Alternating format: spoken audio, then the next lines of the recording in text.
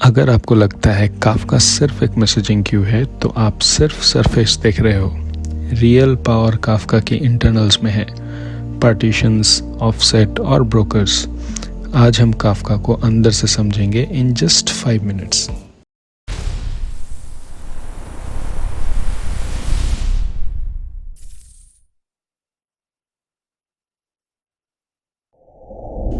सबसे पहले पार्टीशंस।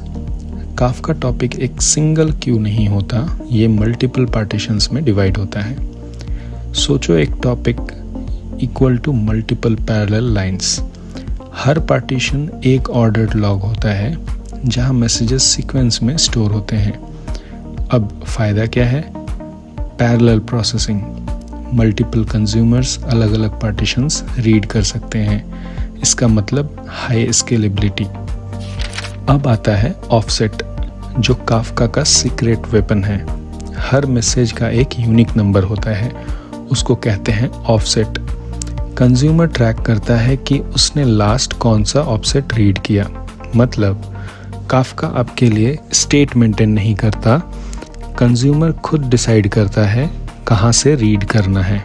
इसी वजह से रीप्ले पॉसिबल है, फॉल्ट टॉलरेंस मिलता है। काफका एक सिंगल सर्वर नहीं होता, ये मल्टीपल ब्रोकर्स का क्लस्टर होता है।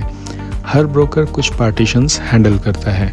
अगर एक ब्रोकर डाउन हो जाता है तो काफका फेल नहीं होता, क्योंकि रेप्लिकेशंस होती हैं।